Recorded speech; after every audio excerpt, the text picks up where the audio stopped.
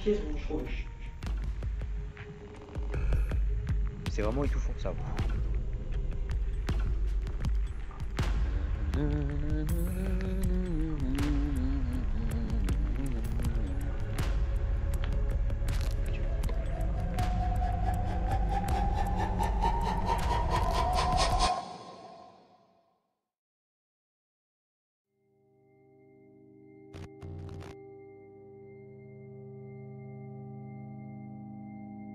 Nous ne savons rien sur le paranormal. C'est un milieu inconnu que certaines personnes, nous y compris, essayent d'explorer. C'est un milieu constitué de théories, d'hypothèses. Et suite à cette enquête, nous en avons une à vous proposer. Pourquoi tout ne serait pas finalement une question d'énergie? On ne parlerait plus alors de fantômes, d'esprits, d'entités conscientes, seulement d'énergie.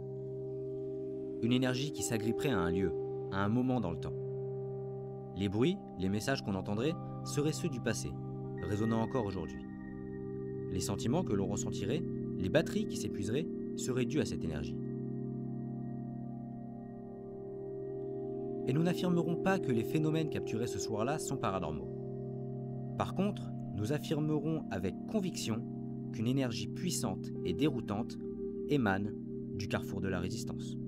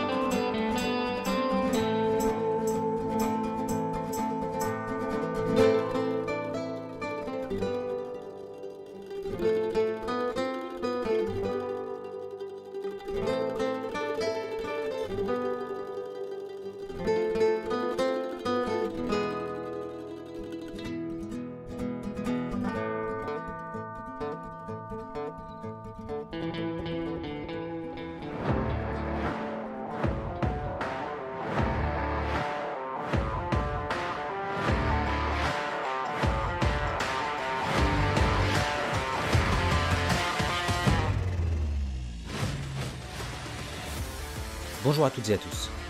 Je m'appelle Dany et depuis très longtemps, je porte un intérêt tout particulier au monde de l'inexpliqué. Accompagnés de Théo, nous nous rendons dans des lieux délaissés, abandonnés, ou chez des particuliers pour essayer d'obtenir à notre façon des éléments en lien avec cet univers énigmatique. Dans ce monde d'hypothèses et de théories, nous ne détenons pas la vérité. Personne ne la détient et personne ne peut affirmer quoi que ce soit. Nous cherchons simplement à explorer ces hypothèses et espérer en apprendre plus sur ces mystères. Ensemble, nous vous invitons à lever le voile qui sépare notre monde de celui du surnaturel. Bienvenue dans Tracking Ghost.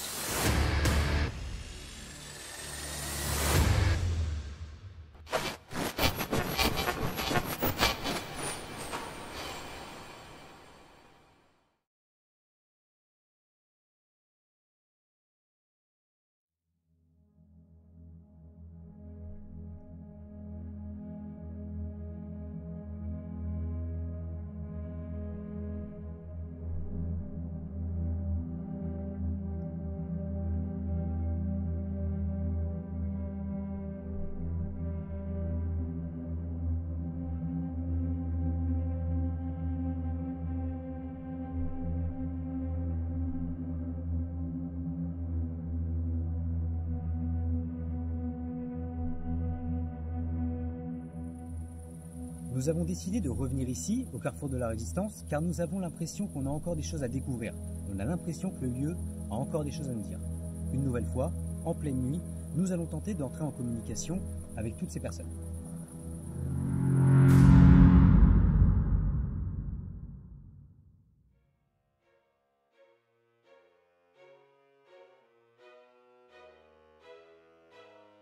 Avant de plonger au cœur de cette enquête, laissez-moi vous rappeler les événements du 14 août 1944 au carrefour de la Résistance.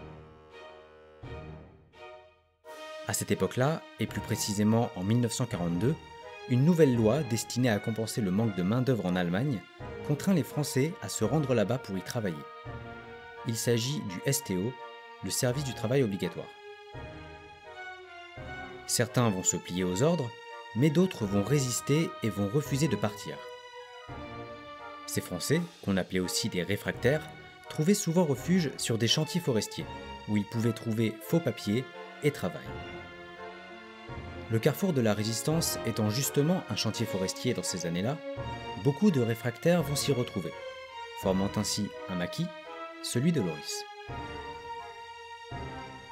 Mais seulement un mois après, en août 1944, les Allemands vont apprendre l'existence de ce maquis et de ses résistants.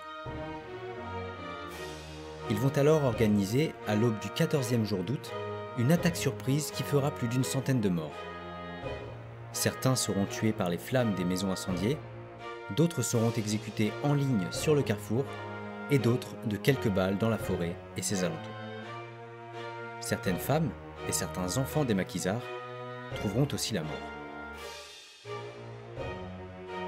Un an après notre première enquête au carrefour de la Résistance, nous voulons des réponses à nos questions. Nous voulons comprendre les différents phénomènes dont nous avons été témoins la dernière fois, et nous voulons à nouveau tenter de réveiller les présences endormies de ce maquis. Puisqu'une bonne enquête ne se fait pas en une fois, nous revoilà plongés, vous et nous, au cœur de cette période tragique d'août 1944.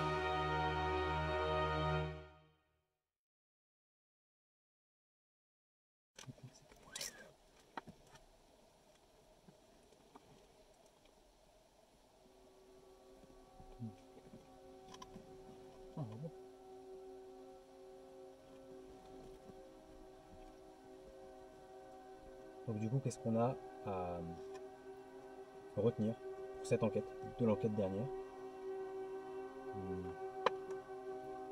Que la maison entière déjà c'est un point, un bon point. La maison qui tient debout, ouais. Avec on a eu quoi? On a eu un gros boom à l'étage. On a eu les coups de feu dans la spirit box. Donc Ouais, ça, il y a eu le son d'un moteur, t'as avec entendu la voix dans le mégaphone. Donc ça a creusé. Il y a eu la tombe de l'abbé, là-bas, qui provoque des trucs assez étranges. Et quelque chose qu'on n'a pas souvent abordé, c'est les 3 silhouettes qu'on a vues. Ouais.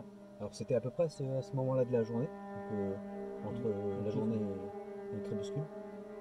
T'as vu 2 fois quelqu'un passer dans la forêt, et moi une fois. Ça peut être l'imagination, les arbres et tout, mais ça arrive que très rarement, et là pour le coup ça arrive. Donc ouais, ça c'est un truc à voir, faudrait qu'on passe plus de temps dans la forêt.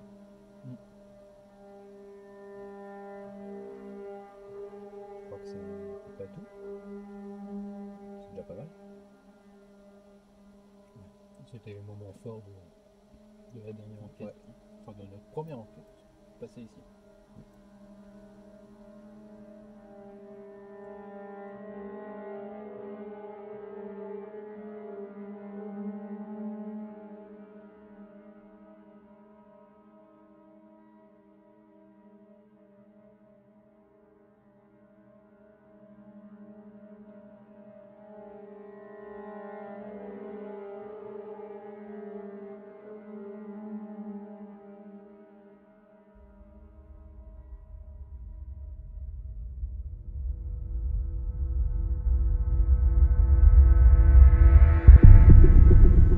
Précisément à l'endroit où nous nous trouvions il y a un an pour l'enquête, la première enquête au carrefour de la Résistance, pour la scène d'intro.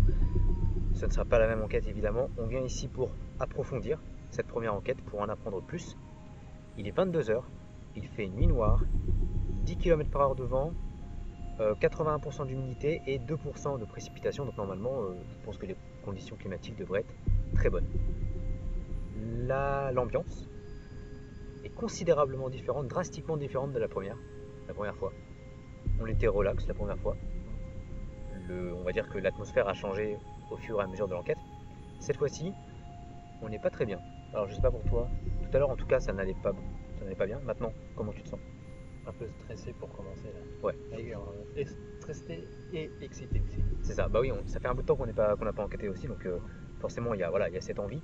Mais c'est vrai on appréhende beaucoup, étonnamment, parce qu'on connaît le lieu, on devrait plutôt être en confiance, on sait à quoi s'attendre, mais on n'est pas à l'aise aujourd'hui. Donc on va voir si ça va influencer nos jugements, etc. Mais en tout cas, on va essayer de mettre notre peur de côté et de mener cette enquête comme il le faut. On va commencer dans la maison qui tient encore debout. Dans cette maison, on vous rappellera ce qui s'est passé dedans quand on sera là-bas. Cette maison, on a un mauvais pressentiment. Pour le coup, tout à l'heure, on était devant pour tourner des scènes d'intro de jour. Et on n'était pas à l'aise non plus devant cette maison. Encore les autres, ça va. Celle qui est là-bas, derrière vous, elle nous inspire pas confiance. Donc on va y aller, à deux. On va pas y aller tout seul. Après on se séparera, mais en tout cas on va commencer là-bas. Et on va essayer de voir ce que le lieu a à nous dire de plus que la dernière fois. Allez, parti. C'est parti.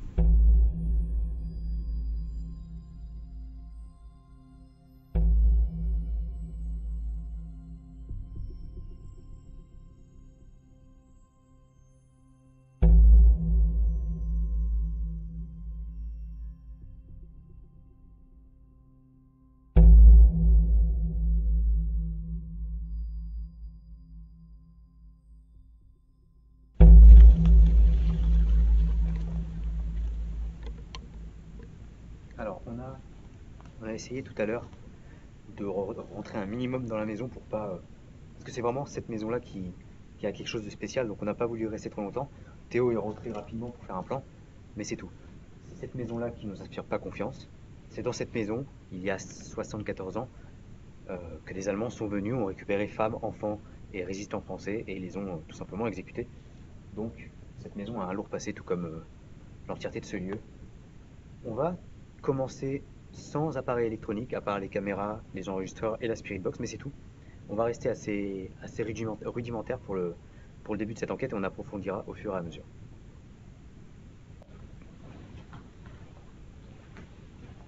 Oh, j'ai eu peur. De quoi? J'ai cru que c'était une araignée. Ok, bon, bah, ça n'a pas vraiment changé depuis notre venue. Alors, pour rapidement resituer le contexte de cette maison, la dernière fois qu'on est venu, Théo était tout seul ici, il est parti, il utilisait la Spirit Box, il ne s'est rien passé de spécial. Quand il a quitté la pièce, on a enregistré ce qui ressemblait à des coups de feu.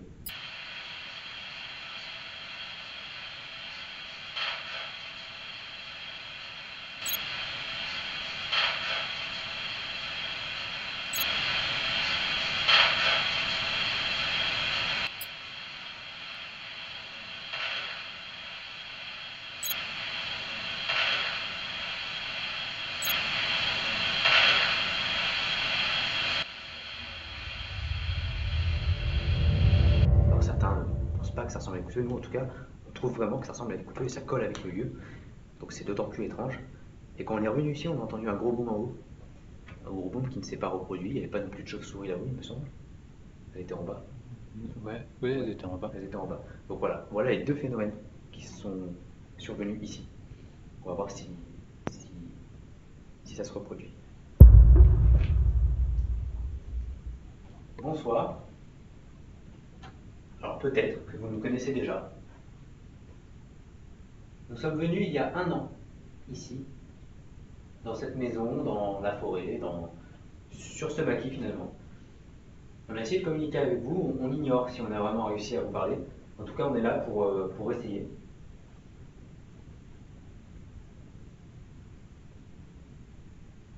Ce soir, on va vous laisser venir à nous. On ne va pas forcément chercher à forcer le contact, en tout cas au début. On va essayer établir un contact un peu différent. Donc je vous le demande si vous êtes là, si vous pouvez m'entendre. J'ignore si vous pouvez me voir ou me parler, mais en tout cas, je vous demande d'essayer au moins de nous dire un truc ou de nous montrer que vous êtes là. C'est pour ça qu'on est là. Si vous le voulez, évidemment. Bien, vous avez toute la soirée, toute la nuit. On est là pour vous écouter.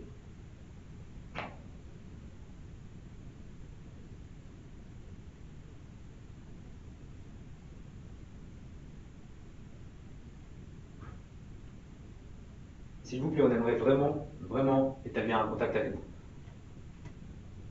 Je pense que je ne me trompe pas en disant qu'on éprouve un profond respect pour les personnes, les résistants qui ont perdu la vie ici. Donc on aimerait voilà, vous parler. Parce qu'il y a des résistants ici, des maquisards, qui pourraient éventuellement nous parler.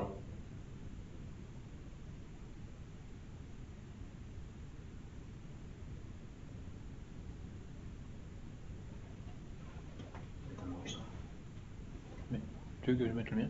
Comme tu veux. Il est bien sensible. C'est quel secours? Ah oui, j'ai que lui. Ok.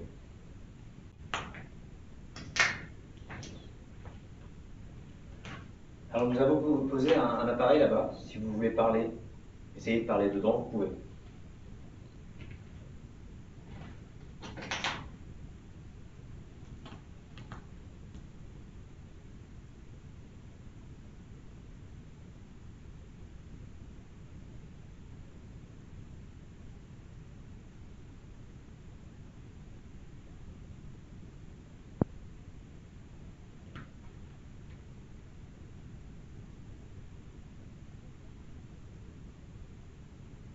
La dernière fois, nous étions ici et nous avons entendu des coups de feu à travers un appareil que nous avons dans notre matériel. Est-ce que c'était un coup de feu que vous avez éventuellement tiré au moment où nous étions là ou à l'époque? Est-ce que vous pouvez nous donner une réponse à cette question?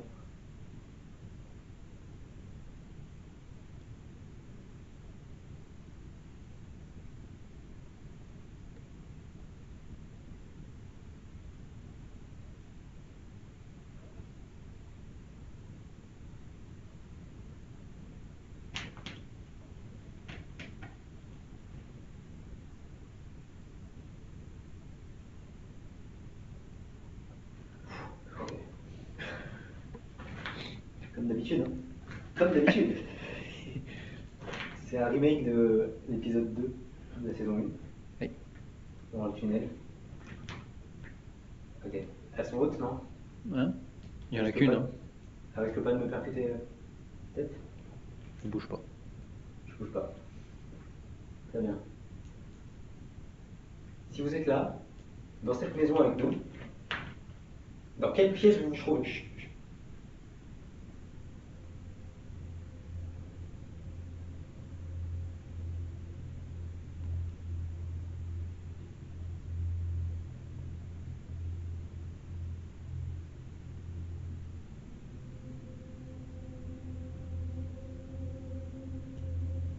Ça l'a fait 2 fois. T'as pas entendu?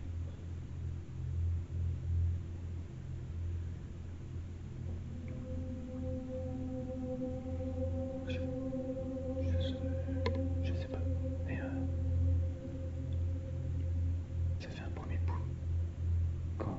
En fait, ça fait un premier boom quand t'as parlé. Et après, ça l'a refait. Ok, alors, Une fois que t'avais terminé de parler. on garde à l'esprit que c'est possiblement le bâtiment qui travaille, évidemment. Maintenant, on va partir dans l'hypothèse que c'était normal pour creuser, voilà, si vraiment l'hypothèse est avérée. Est-ce que vous venez de faire un bruit pour me répondre? Si vous venez de faire un bruit, est-ce que vous pouvez le refaire?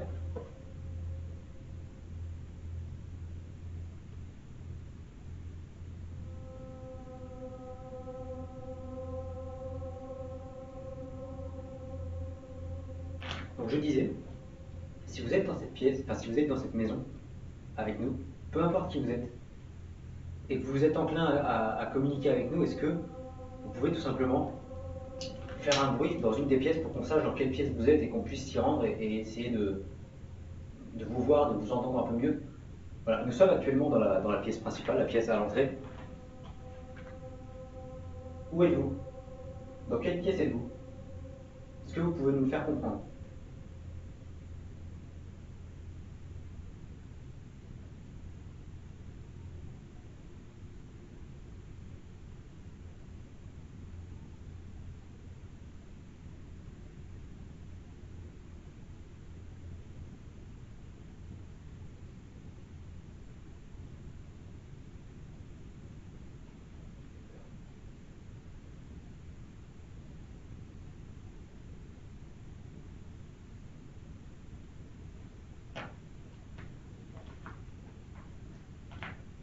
On ressort la spirit box ou pas? Tu veux qu'on continue un petit tour? On peut voir en haut. On monte au grenier? Ouais, Ok. on peut monter en haut. On va aller au grenier. Je vous invite à nous rejoindre, si toutefois vous n'y êtes pas déjà.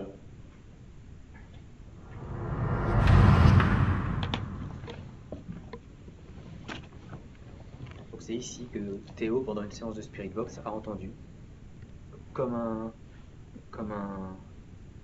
mégaphone, une voix dans un mégaphone. Ouais. Voilà, qui venait de par là. Donc ça s'entend pas sur les enregistrements malheureusement parce que la Spirit Box prend trop de volume sur la bande audio, mais voilà, c'est ce qui s'est passé ici en tout cas. Et on a aussi fait des baguettes de sourcils et ça, bon, ça reste très ambigu, mais voilà. Nous sommes au grenier. Alors on n'a pas, on ne connaît pas vraiment toute l'histoire, tout ce que vous avez pu vivre ici, mais on suppose éventuellement que vous êtes caché peut-être ici au grenier quand les Allemands sont venus sur le site pour. Voiture. Ok.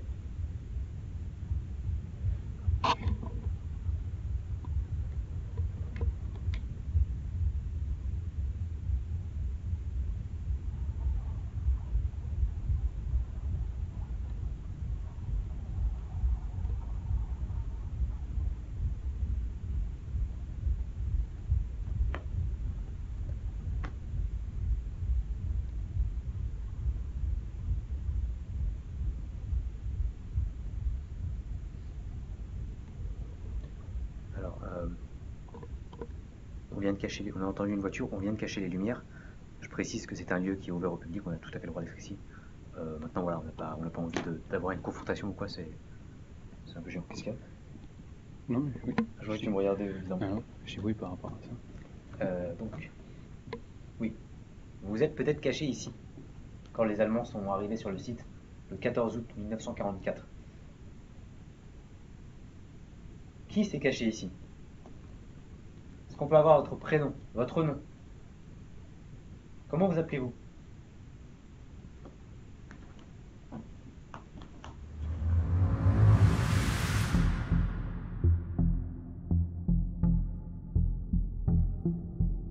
Nous allons continuer de poser des questions pendant une demi-heure. Nous n'allons rien entendre de particulier et l'enregistrement du dictaphone, que nous écouterons plus tard dans la soirée, ne va rien révéler de particulier non plus. Enfin, ça, c'est ce que nous pensions sur le moment et après la réécoute. Cependant, quelque chose nous avait échappé. Une anomalie sonore, se détachant du reste de la piste audio. Alors que nous quittons la maison, laissant volontairement l'enregistreur dans la pièce principale, ce dernier va enregistrer des bruits très particuliers, me faisant instinctivement penser à des bruits de bouche. Écoutez plutôt.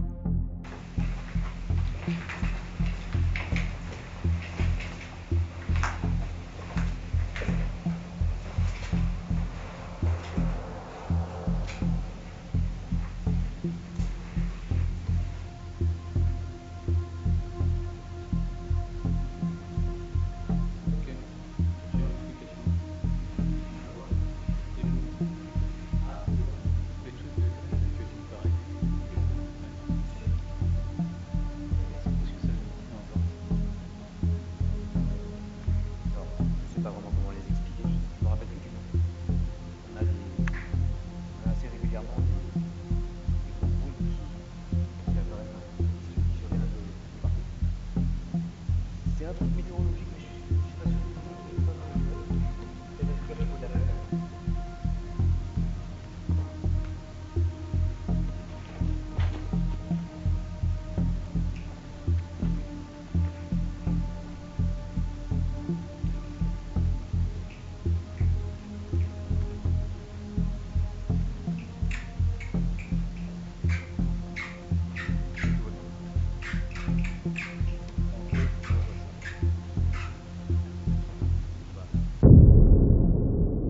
bien même ces bruits m'ont surpris quand je les ai découverts au montage, il semblerait presque évident qu'il s'agit ici de bruits d'animaux, peut-être une chauve-souris.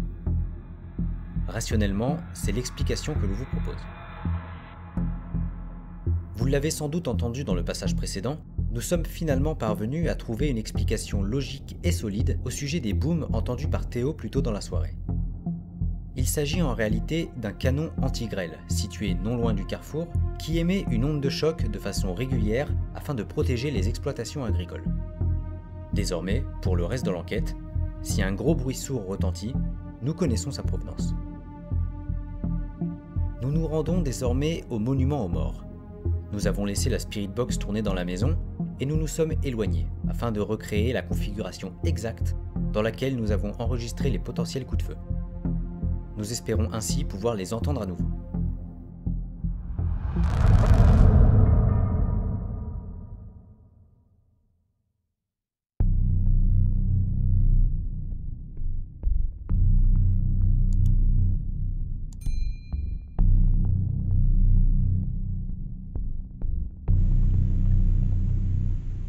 Bonsoir. Je m'adresse à toutes les personnes dont le nom est inscrit sur ce monument.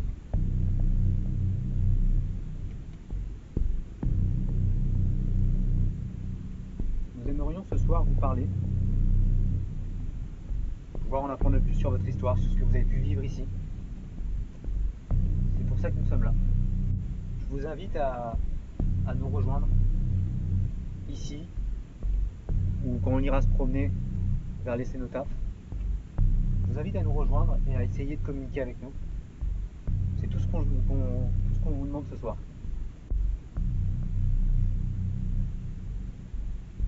Faire un tour au cénotaphe. Ouais.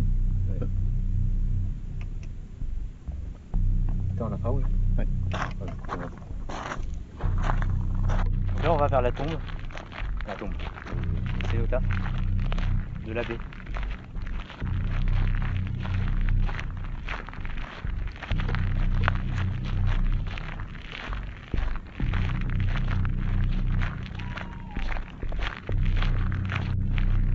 Alors, pour vous resituer le contexte encore une fois, première enquête, je suis venu ici tout seul.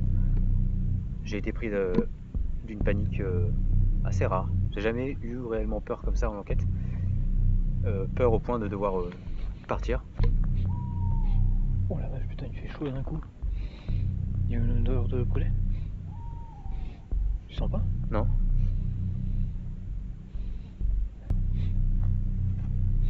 Non, je sens pas.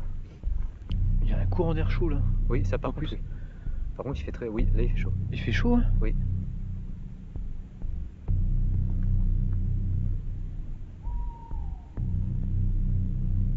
Ah oui, là, il fait très... Oui, là, il fait très chaud. Ah, c'est même étouffant. T'as vu un peu? C'est tombé d'un coup. Hein. Ah, c'est... Ouais. L'impression que j'ai, c'est d'être dans une voiture qui est restée un peu au soleil. C'est vraiment étouffant, ça. Et là, c'est reparti. Là, j'ai froid. Enfin, j'ai froid. C'était particulier, ça. Par contre, l'odeur du brûlé, je l'ai pas. Mais, première enquête également, ici, on a une odeur de brûlé aussi. Quand on allait, c'est un peu plus loin là-bas. Ok. Il y a quelque chose de vachement particulier avec ces tombes-là. En tout cas, moi, je le ressens très fort. Et là, encore une fois, je suis pas à l'aise à l'idée d'aller là-bas. On y va. On est parti.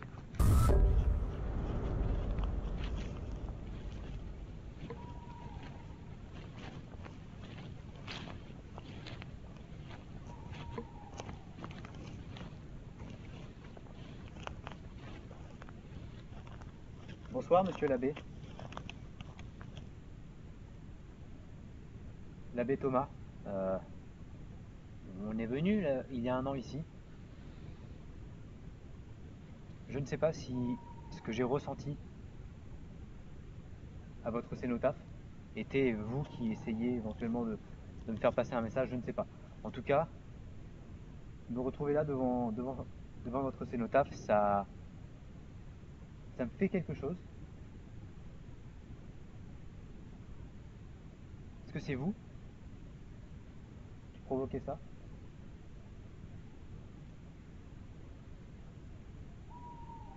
Est-ce que vous êtes là? Est-ce que vous êtes retenu par la tragédie qui a eu lieu ici en août 1944? Faites-nous le savoir de n'importe quelle manière.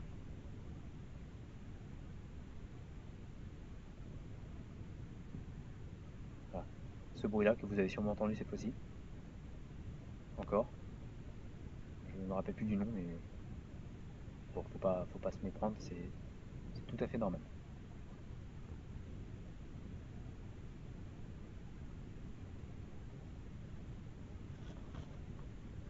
Je viens de faire un parallèle assez logique, mais corrige-moi si je me trompe. La première fois qu'on est venu ici, quand on est passé ici, il n'y a pas un passage de moi qui remet la fleur de cette tombe? Si. C'était cette tombe précisément. Oui. Oui. Et c'était le peu Le rouge rouge. qui était tombé. Je vous remets le passage, je le remets. Est-ce que ça a un lien avec ce que j'ai pu ressentir ici? Je sais pas. Là, je pars dans des spéculations aussi, mais ça reste que des spéculations, évidemment. Tu sais que j'ai la main droite, elle est super chaude. La main droite? Ouais. Ah ouais? Alors que la gauche, rien. On n'a pas le Thermomètre. le thermomètre. Ouais. On a essayé de pas le prendre, pardon, je te mets la lumière dans la figure. On a essayé de pas le prendre, de base on voulait rester vraiment assez basique pour commencer. On va là-bas. On s'enfonce un peu plus dans la forêt.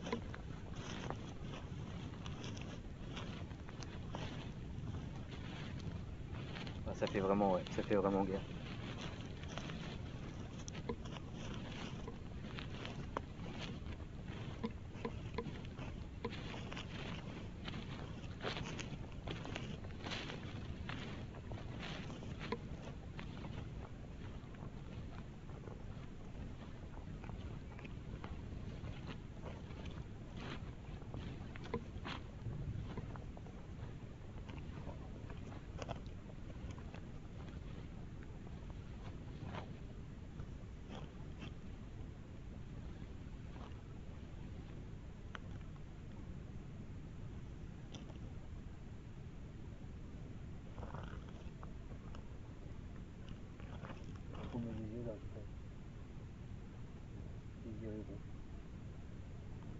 Ça me dit quelque chose.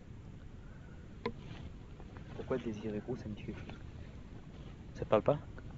Désir et gros. Si. Encore une mise en contexte. Première enquête.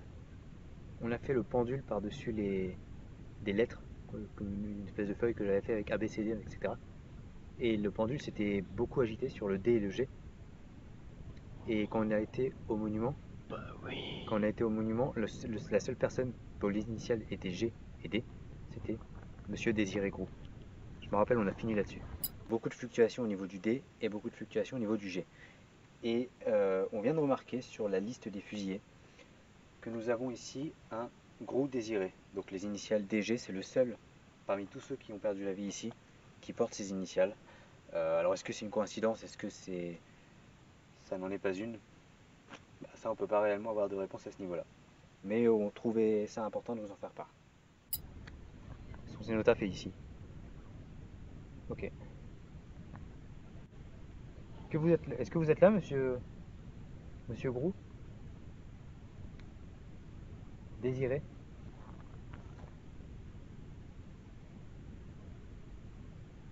Nous étions là il y a un an. Nous sommes là maintenant. Une nouvelle fois.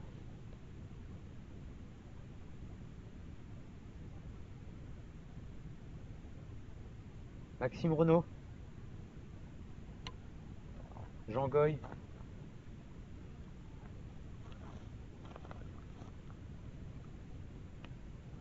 Maurice Bro.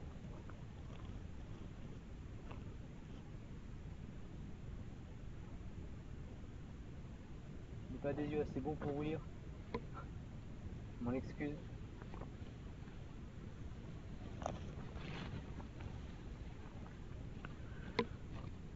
Carton Bernard. Gerton Bernard.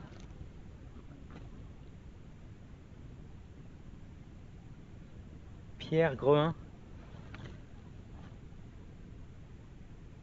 et Armand Duterre.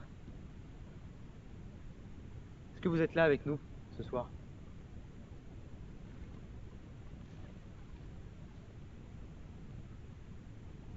Ah. Eh bien écoute, une fois n'est pas coutume. Hein. C'est de nouveau la peau rouge.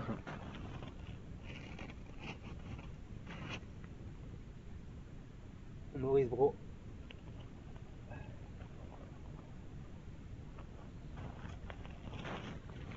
Décidément.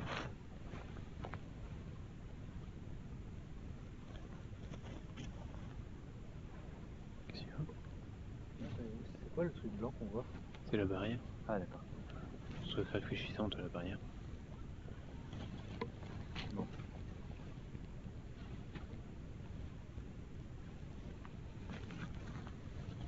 J'ai mal de tête. Ah bah attends. T'as mal de tête? Ouais.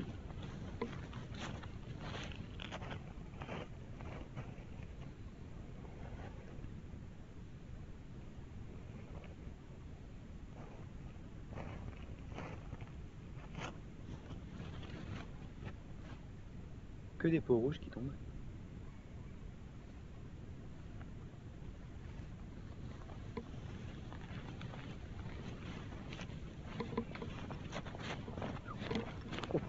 Ouais, ok.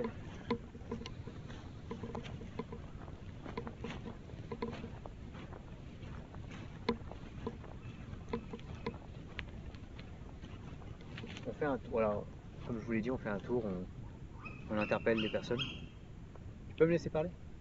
On interpelle les personnes et voilà, peut-être pouvoir activer quelque chose qui peut-être viendra plus tard dans la soirée.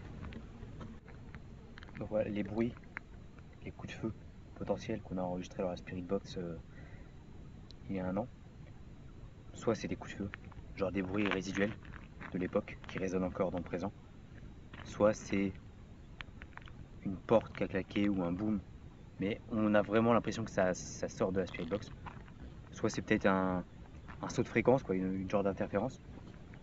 Dans tous les cas, ça devrait se reproduire ici. Si c'est, en tout cas, si c'est pas paranormal, il n'y a aucune raison que ça ne se reproduise pas maintenant dans la maison. En sachant ils ont retenti quand on était ici, avec Théo, au milieu du carrefour. Donc, si c'est une interférence peut-être avec les téléphones ou quoi, je sais pas, bah ça ne enfin, non, en théorie c'est pas possible. Donc je sais pas. On va voir, peut-être qu'on les entendra encore une fois.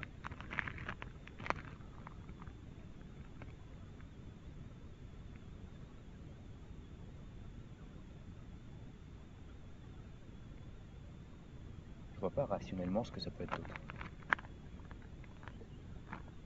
Parce que c'est vraiment des bruits que dans toutes nos séances de Spirit Box on n'a jamais entendu.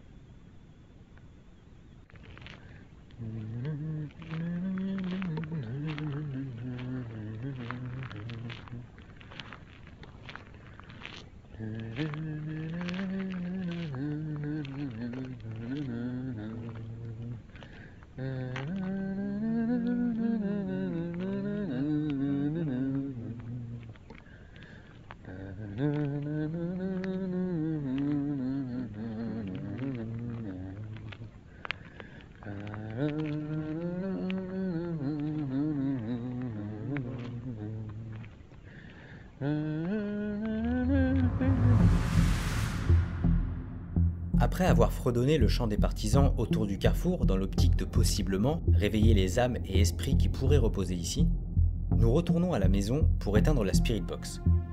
Il est minuit. Manque de chance, une voiture va arriver sur les lieux et se garer sur le parking du maquis. 2 personnes vont en sortir et vont se promener pendant plus d'1 heure autour des maisons, du monument et de la forêt. N'étant vraisemblablement pas là pour une enquête paranormale, nous ignorons pourquoi ces 2 personnes sont venues sur les lieux aussi tard dans la nuit. L'investigation est momentanément interrompue.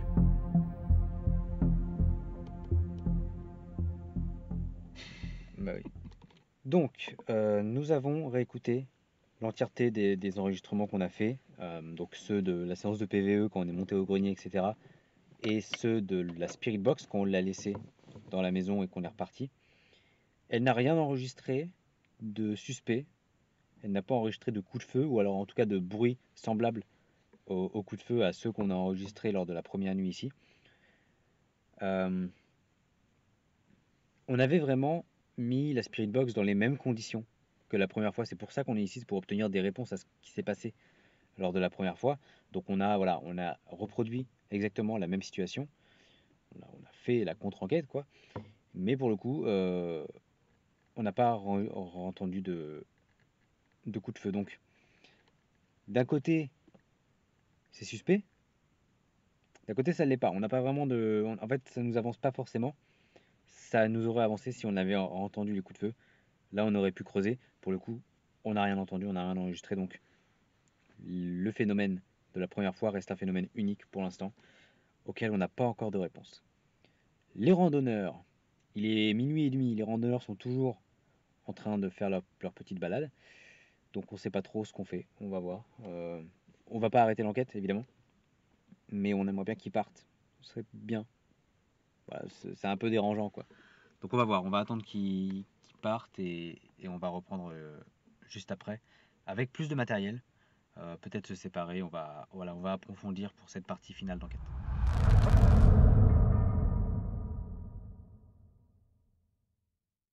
Il est quelle heure? Il est 1h moins 5. 1h moins 5. Ils sont toujours pas partis. Alors, on a sorti le bonnet, la parka pour Théo que vous ne voyez pas, si vous voyez un petit peu. Voilà, parka bonnet parce que la température a considérablement baissé depuis tout à l'heure. On va aller en forêt. Parce que là-bas, il y a eu aussi énormément de morts, d'exécutés. Donc on va aller faire un tour en forêt. Petite chose importante à vous dire, les bracelets que Théo porte au poignet, les bracelets œil du tigre et un autre aussi, Œil du tigre. 2 bracelets œil du tigre. Celui-là de marine, le caravelle noir. Oui, celui de caravelle noir et puis un autre que tu as... Que j'ai acheté. Ok. Ces bracelets-là, Théo les a enlevés. Pourquoi? Parce que ça lui brûlait le poignet. C'est la première fois que ça te fait ça? Oui, c'est la première fois. Voilà, il a une montre sur le bras droit, ça ne le brûle pas. Le bras gauche, ça ne le brûle pas. Par contre, il a les bracelets au niveau du bras droit et ça le brûle. Donc, on ne sait pas pourquoi. Si vous avez une réponse à cette question, pourquoi les pierres de protection de Théo le brûlent, eh bien nous sommes preneurs. Dites-le nous dans les commentaires, ça nous sera utile. Merci beaucoup. On va se retrouver en forêt.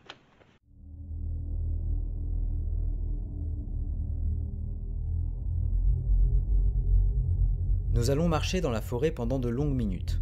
Nous allons croiser de nombreux cénotaphes, autour desquels nous allons tenter d'établir un contact à l'aide de nos appareils. Mais malgré l'histoire tragique du lieu, c'est un calme plat et une quiétude inhabituelle qui planent sur le carrefour et ses alentours. De toute évidence, il n'y a qu'un seul et unique endroit ici où l'atmosphère se distingue vraiment de tout le reste. Et c'est la croix de l'abbé Thomas. Nous décidons alors d'y retourner. Nous avons décidé de retourner au niveau de la tombe de l'abbé. Pourquoi? Parce que c'est là-bas qu'en début d'enquête, nous avons ressenti avec Théo la même chose. Une grosse vague de chaleur. C'est un des seuls phénomènes notoires de cette enquête pour l'instant. Donc on va aller, voilà, on va approfondir là-dessus. Et on va aller au niveau de la tombe de l'abbé tous les deux. On a le thermomètre, on a le K2. On va voir ce qu'on va faire là-bas. Et la brume s'est invitée à la partie. Je sais pas si on peut la voir. Si on la voit, légèrement. Ça rajoute une ambiance très bien. Alors en vrai, je vais te dire un truc. Pour la première fois, ça me dérange de mettre autant d'appareils autour de lui. Je sais pas pour toi. Ça me...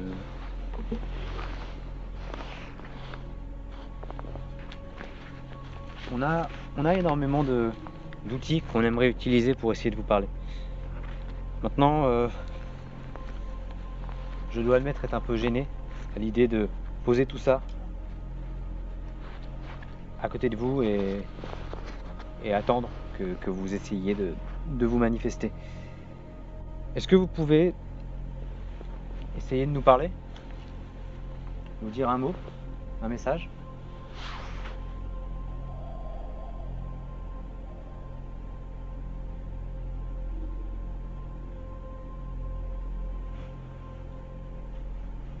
que vous pensez pouvoir nous transmettre ce message, nous faire passer un message physiquement? En nous touchant, en nous affectant d'une quelconque manière, je ne sais pas. Est-ce que vous pensez pouvoir faire ça?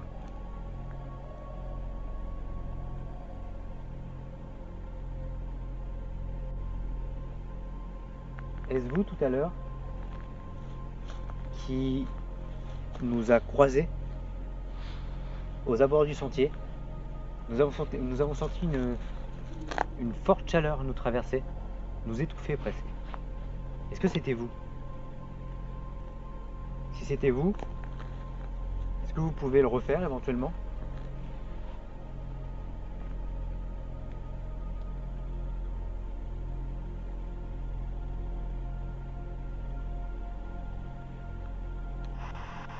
Monsieur l'abbé Thomas, on vous écoute. Si vous avez quoi que ce soit à nous dire, un message à nous faire passer. Nous sommes là pour vous écouter, nous pouvons éventuellement vous écouter. Parlez-nous. Ces deux appareils peuvent possiblement vous entendre et vous enregistrer.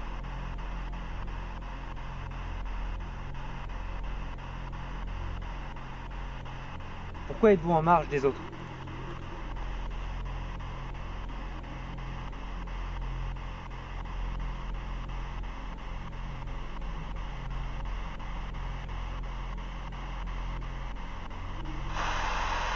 Parlez-nous. On vous entend.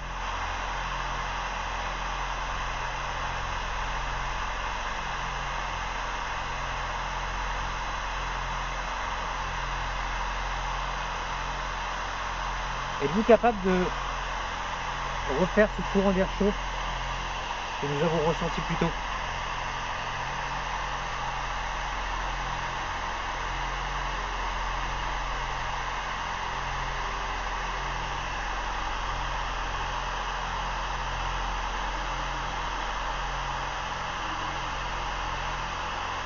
J'ai extrêmement peur. Moi je suis bien en fait. C'est bien? Ouais. J'ai même limite chaud là.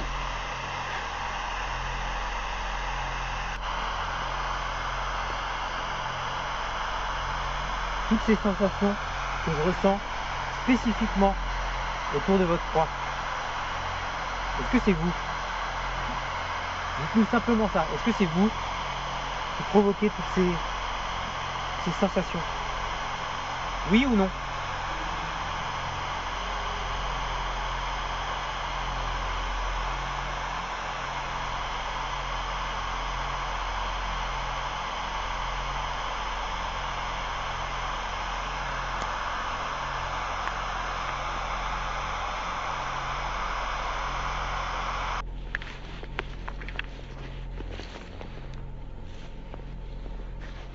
Monsieur Abbé Thomas, nous allons vous laisser.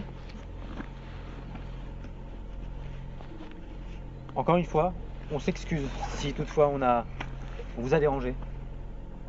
Nous avons, moi en particulier, mais Théo également, nous avons eu l'impression que ici, autour de vous, nous étions comme attirés. On ressentait quelque chose d'assez spécial ici. C'est pour ça qu'on a essayé de vous parler ce soir. On ne sait pas si on a réussi à vous entendre. Quoi qu'il en soit, on vous remercie.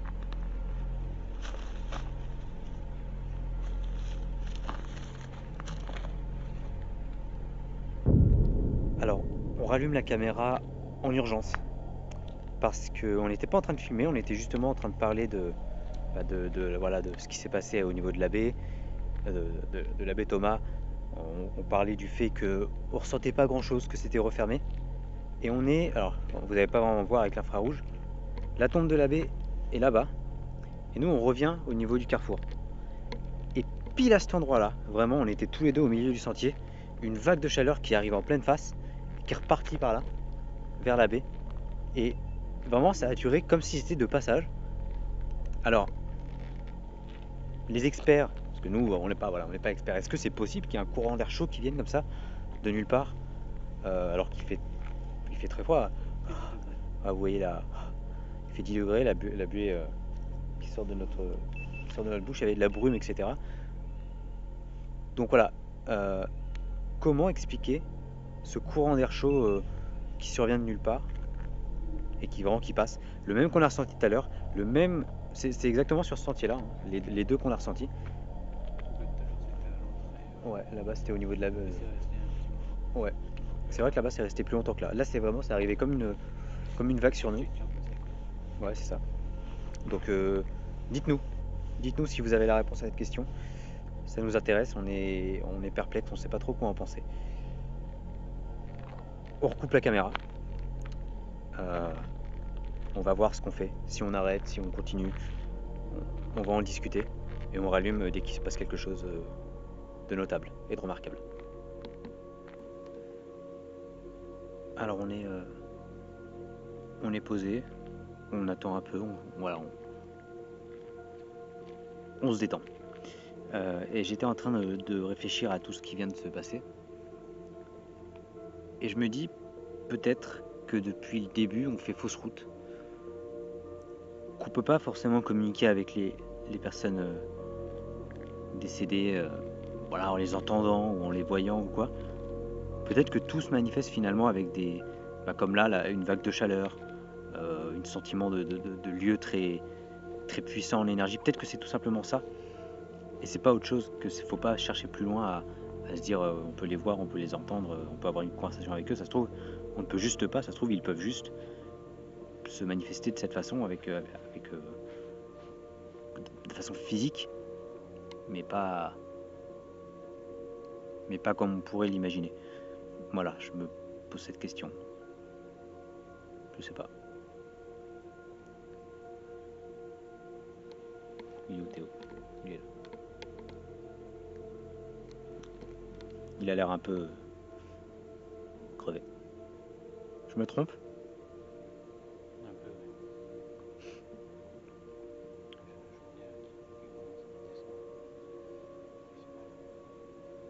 Voilà, il est en train d'accuser le coup de la journée de travail, etc. Il fait froid.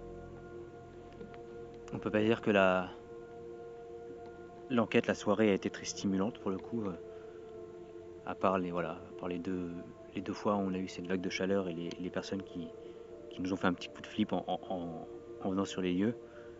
Il s'est pas passé grand chose. Je suis en train de faire un débrief alors que l'enquête n'est pas finie et que c'est pas à moi de le faire maintenant comme ça, mais bref.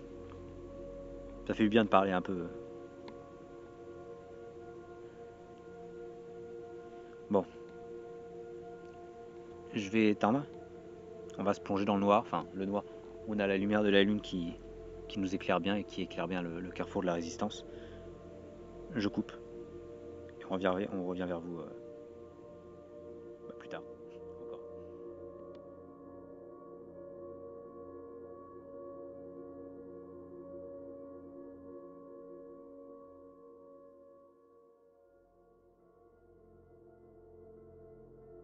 Cette quatrième enquête de la saison 2 fut une expérience étonnante.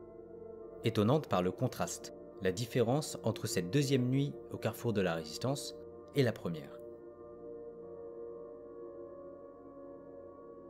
Tout était très calme, très endormi. Rien de comparable à ce que nous avons vécu sur le même lieu un an plus tôt.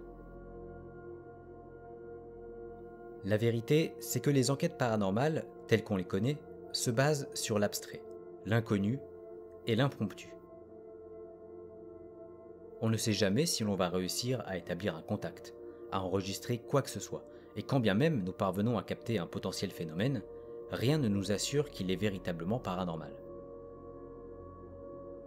La première fois que nous étions venus au carrefour de la Résistance, nous avons vécu quelque chose de fort, de puissant. Cette fois-ci, c'était une toute autre expérience.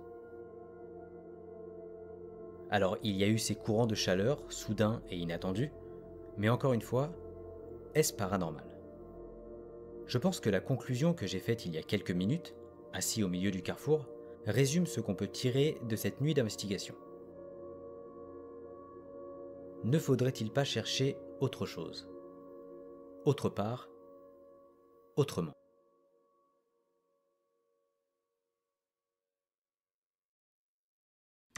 Alors, cette enquête-là, pour moi c'était génial parce que du coup c'était un retour du coup sur le Carrefour de la Résistance, un lieu qu'on avait pas mal apprécié et qu'on était resté sans réponse, donc c'est pour ça qu'on y retournait. Et il y a moi ce qui m'a surtout surpris, c'est les deux moments où on a senti cette bouffée de chaleur au même instant avec Dany. Et ça en fait je crois que c'est le truc qu'on va le plus retenir de cette enquête là. Et quelque chose d'inexpliqué, voilà. Il faisait pas froid mais il faisait frais. Et à deux reprises on a senti cette grosse bouffée de chaleur. Et en plus ça sur des heures différentes. Pour moi ça c'est le top. Enfin c'était le top de l'enquête. C'est pas forcément l'enquête à laquelle je m'attendais, pour être tout à fait honnête avec vous. On est venu au Carrefour de la Résistance il y a 1 an, on en est ressorti avec la conviction que le lieu était vraiment spécial, que le lieu était chargé, que comparé à tous les autres lieux dans lesquels on a mené une enquête, c'était vraiment celui qui se détachait peut-être le plus. Cette conviction, elle ne s'est pas envolée, on ressent toujours, quand on est sur les lieux, on ressent toujours cette énergie, ce sentiment très, très étrange et très particulier, mais justement, je m'attendais à plus pendant cette enquête. Alors oui, il y a eu les 2 vagues de chaleur, on n'arrive pas forcément à expliquer, mais c'est pas parce qu'on n'arrive pas à les expliquer que elles ne sont pas explicables de façon rationnelle. Donc à ce niveau-là, il faut prendre ça avec des pincettes. Après, si ça c'est paranormal, eh ben, c'est hyper intéressant. Car on parle souvent de température, on parle souvent du fait que c'est le froid qui peut éventuellement être signe d'une manifestation quelconque. Pour le coup là, on parle de chaleur. On ne sait pas encore une fois, on n'a pas toutes les réponses à nos questions. Par contre, l'arc du Carrefour de la Résistance dans notre aventure qui est Tracking Ghost n'est pas terminé, n'est pas fermé. On s'y est rendu une 2e fois, on va peut-être attendre encore un peu, mais on pense que le lieu a encore des secrets à révéler et il y a encore quelque chose à creuser là-bas.